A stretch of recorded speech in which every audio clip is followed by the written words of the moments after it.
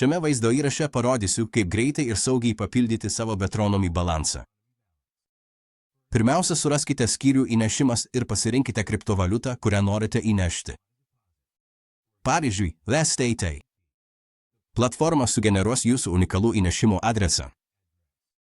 Atkreipkite dėmesį į tinklą, pavyzdžiui, TRC20 arba BEP20. Pasirinkite tą patį tinklą savo piniginėje, kad neprarastumėte lėšų.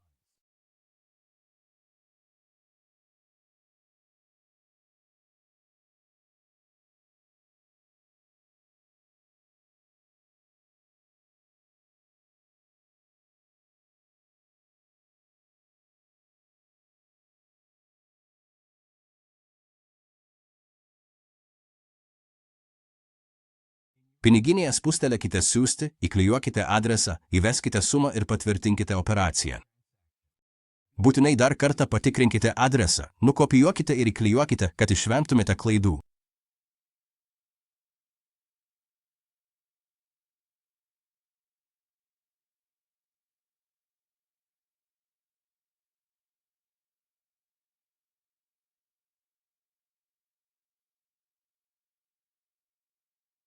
Toliau palaukite tinklo patvirtinimui.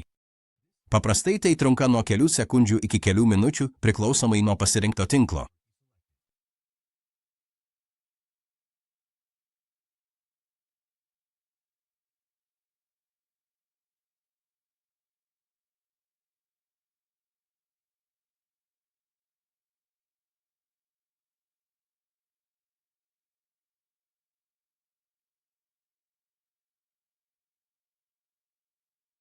Atlikta. Lėšos buvo įskaitytos į jūsų sąskaitą, todėl dabar galite investuoti.